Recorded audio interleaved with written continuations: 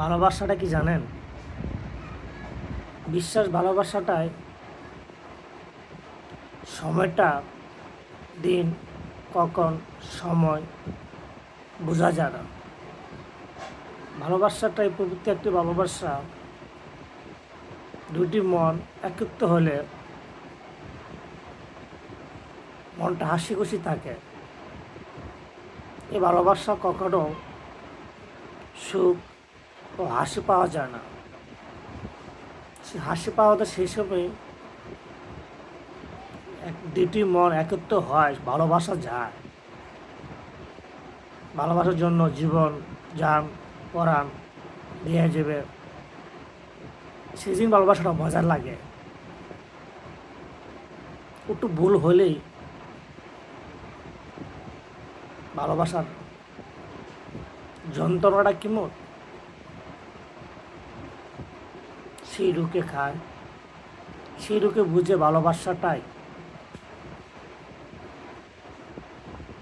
কেমন কষ্ট, কেমন বেদনা।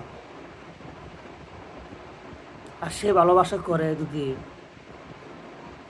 গৌরব বউ পুত্রবুদ্ধি করে বউলে আসে, এর মতন কষ্ট আমি কীভাবে করে বলবো। কষ্টটা হলো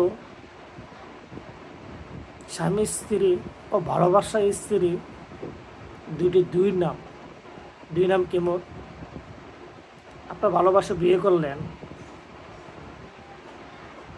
এই সংসারে ঝরকা, কাজিয়া, বিভিন্ন ধরনের টেনশন বাইরে। আর বিয়ে যদি করেন, স্বামী কখনো নাম ধরে ডাকতে পারবে না, তুই তার কখনো করতে পারবে না। বিয়ে সরাসরি বিয়ে করলে আর ভালোবাসে ঘরে বউ তুললে নাম ধরে ডাকবে, তুই তার হবে। এই ভালোবাসাটা, সে ভালোবাসার আবেগে ভুলতে পারে না, জন্য কষ্ট বেশি। ভালোবাসাটা কষ্টটা বেশি। আবেগ কখনো সামনে আসে বলাই যায় না। আবেগটা সামনে আসলে বলাই যায় না। তা আমি জানি কি জানেন, ভালোবাসে করেন, স্বামী হিসেবে কখনো ভালোবাসেন না, কখনো আশা করেন না আমার ঘরে পুত্রবধূ করে বউ করে তুলব, কখনো আশা করেন না। ভালোবাসাটাই বলা যায় না, ছোঁয়া যায় না। আর যদি বিয়ে করেন,